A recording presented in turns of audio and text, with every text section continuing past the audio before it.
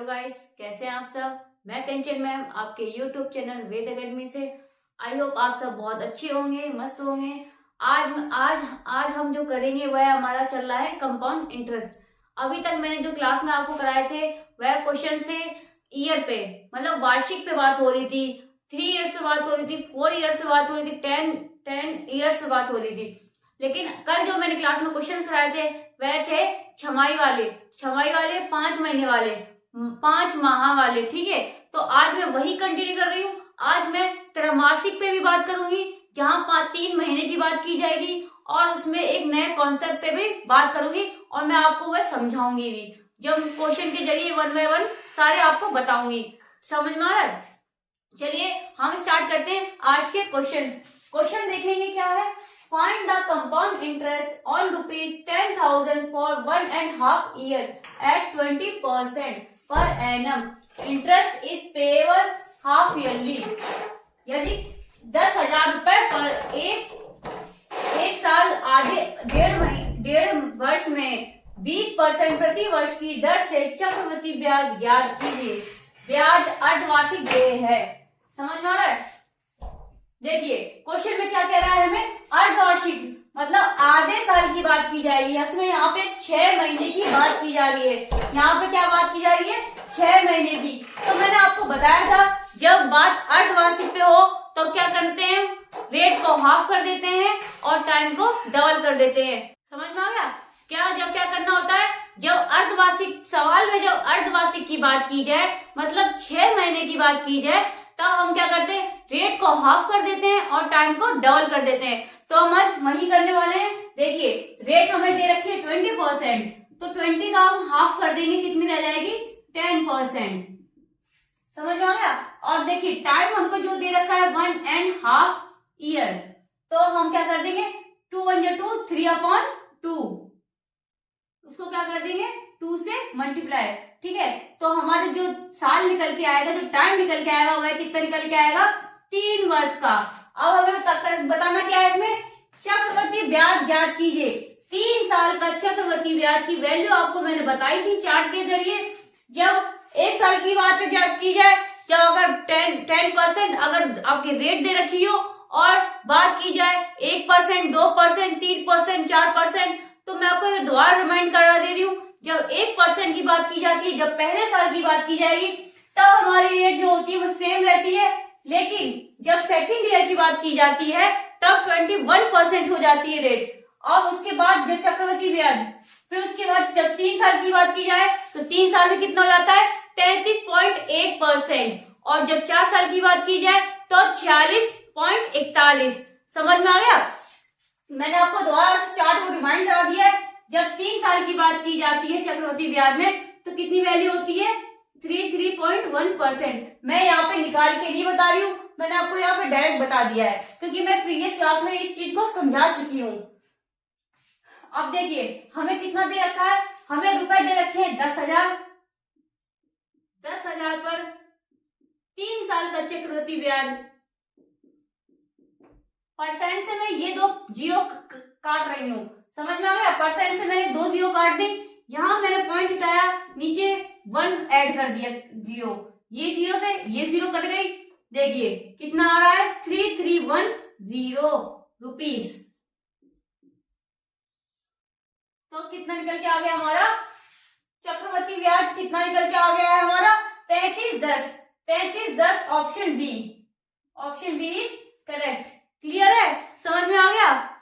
मैंने कुछ नया नहीं कराया है, जो मैंने प्रीवियस क्लास में आपको जो समझाया था कॉन्सेप्ट, जो मैंने आपके चार्ट बताए थे, वही मैंने यहाँ पे रिमाइंड कराया है। समझ में आ गया? आगे बढ़े, चलिए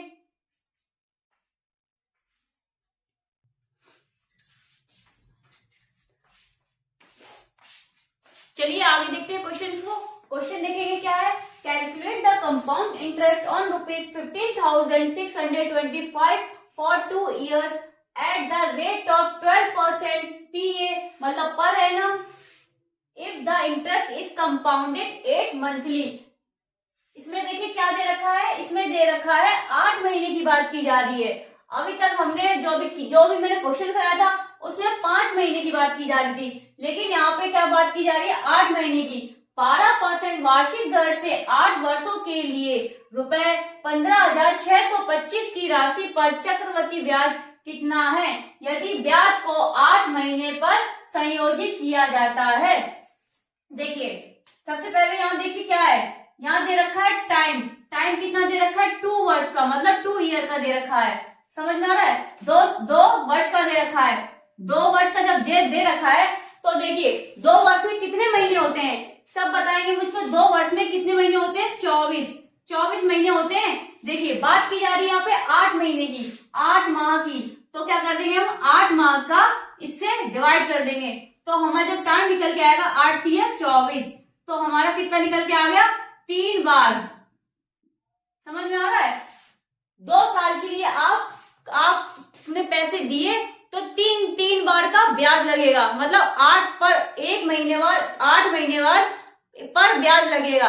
समझ में आ रहा है, तो 2 साल में आप जो सुनार के पास जिससे भी आपने मतलब पैसे लिए या दिए हैं उससे लेने या तो देने जाएंगे 8 महीने बाद, मतलब 2 साल में 8, मैं दोबारा समझाती हूँ। 2 साल का आपने किसी से पैसे लिए हैं लेकिन आपको 8 महीने में पर किस्त भरनी है। समझ में आ रहा है, तो आप 2 साल में उसके पास कितनी बार जाएंगे, 8, मतलब 3 बार जाएंगे। 3 बार जाएंगे आप उससे पूरी किस्त लेने के लिए, आप उससे ब्याज लेने के लिए 3 बार जाएंगे 2 साल के बाद। समझ में आ गया। अब देखिए रेट हमें दे रखी है, जो रेट दे रखी है वह कितनी 12% वार्षिक का मतलब क्या होता है, साल भीतरी। समझ में आ रहा है, साल भर की बात की जा रही है। तो देखिए 1 साल में कितने महीने होते हैं, 12। समझ में आ रहा है, सब कितने महीने होते हैं 12। फिर देखिए फिर उसके बाद क्या करना है, हमें मल्टीप्लाई करना है। वार्षिक 12% रेट वार्षिक दे रखी थी, तो साल भर हम 12 मंथ का क्या कर देंगे, डिवाइड कर देंगे और हमें 8 महीने की निकालनी है। ठीक है, तो 12 से 12 कट गया तो रेट जो हमारी हो गई वो 8% निकल के आ गई। समझ में आ गया, 8% निकल के आ गई। अब हम इसकी निकालेंगे रेट की फ्रैक्शन वैल्यू, तो 8/100 होता है, तो 4 से काटेंगे 2, 4 से काटेंगे 25, तो जो हमारी रेट की जो फ्रैक्शन वैल्यू निकल के आ गई है वो 2/25 निकल के आ गई है। समझ में आ गया। अब लगाइए अपना रेशियो मेथड हमें क्या निकालना है, एक तरफ P एक तरफ A, मतलब मूलधन और मिश्रधन। ये रखा है 25 और ये दे रखा है, ऐड हो जाएगा 2, कितना हो जाएगा 27 हो जाएगा। ठीक है, कितने टाइम की बात कर रहे हैं, 3 बार की, तो दोनों में क्या क्यूब लगा दो, दोनों की पावर क्या हो गई, क्यूब में हो गई। ठीक है, अब इसके आगे मैं यहां करके दिखा रही हूं, क्या हो गया तू।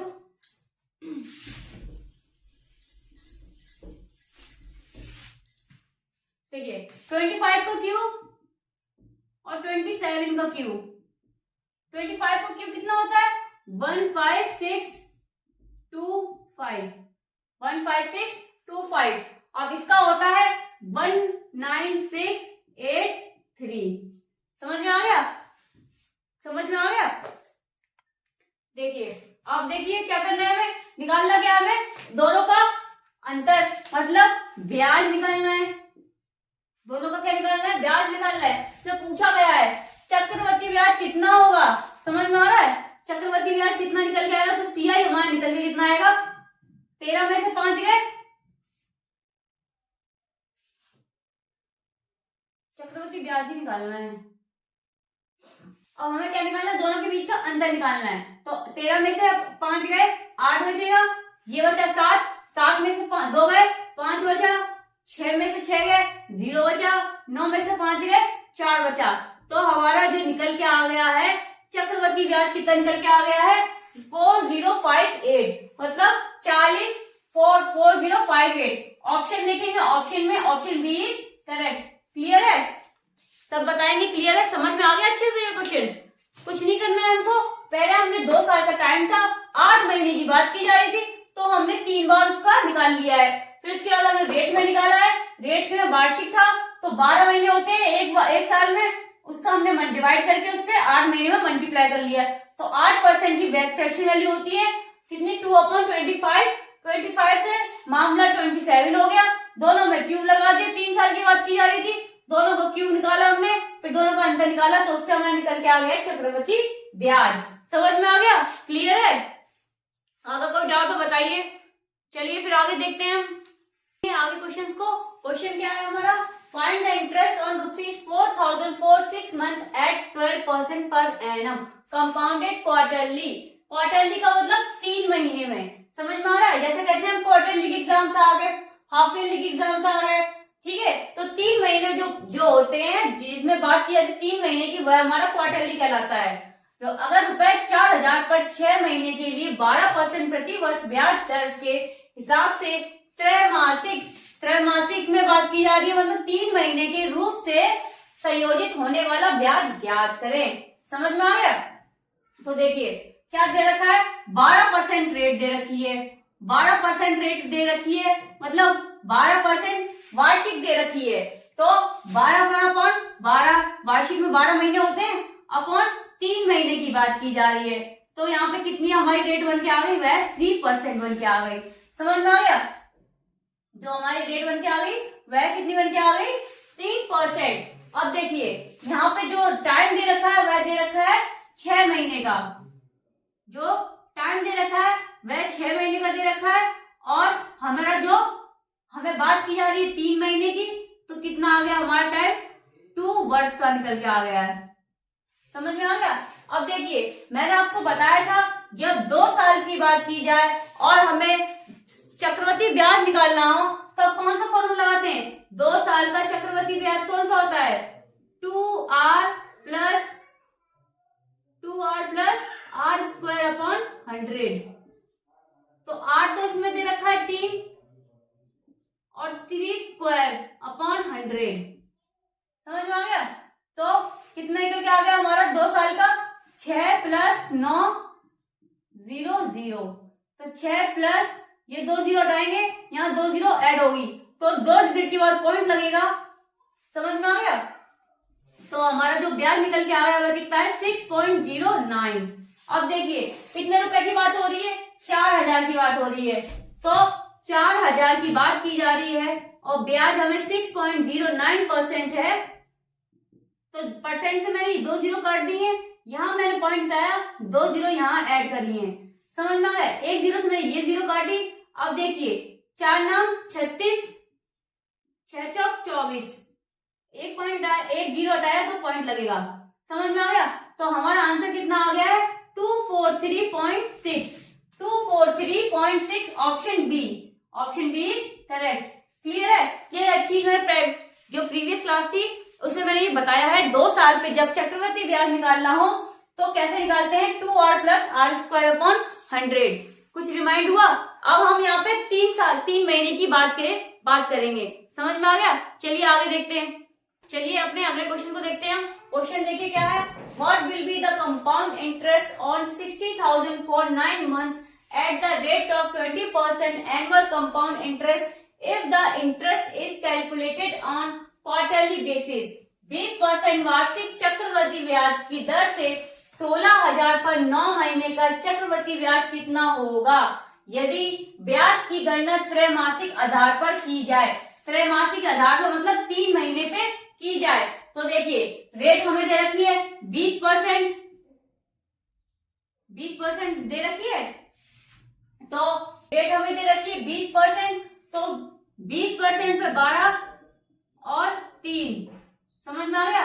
3 चौक 12, 3 पंचे 20, 4 पंचे 20, कितनी आ गई हमारी? 5%। ठीक है, अब देखिए टाइम दे कितना है हमारा? 3 बार का। समझ में आ रहा है? तो देखिए रेट की जो फ्रैक्शन वैल्यू होती है वह कितनी होती है? 5/100। तो कितना हो गया? 1/20। समझ में आ गया? कितनी आ गई? 1/20। अब देखिए एक तरफ लिखिए 3, एक तरफ लिखिए a। समझ में आ गया? 20 से मामला 21 हो रहा है, कितने साल का हो रहा है? 3 साल का, तो कितना हो गया? 8,000। और ये कितना? 9261। अब इन दोनों का जो ब्याज निकल के आएगा वह कितना निकल के आएगा? 1621। समझ में आ गया। अब देखिए जो हमें मूलधन पहले वाला दे रखा है वह कितना है हमारा 16,000। कितना है 16,000। तो ये किसका ये क्या है इसका डबल है, तो मतलब 2 का मल्टीप्लाई, ये इसका डबल है 8 का 16,000 डबल हो गया। तो ये यहाँ पे भी 2 का मल्टीप्लाई हम करेंगे तो कितना आएगा 2 एकम 2, 2 छिकी 12, 2 दूनी 4, 5, 2 एकम 2, यही होगा हमारा आंसर। समझ में आ गया। ऑप्शन देखेंगे, ऑप्शन में हमारे देखिए गलत दे रखे हैं, ऑप्शन हमें यहाँ पे गलत दे रखे हैं,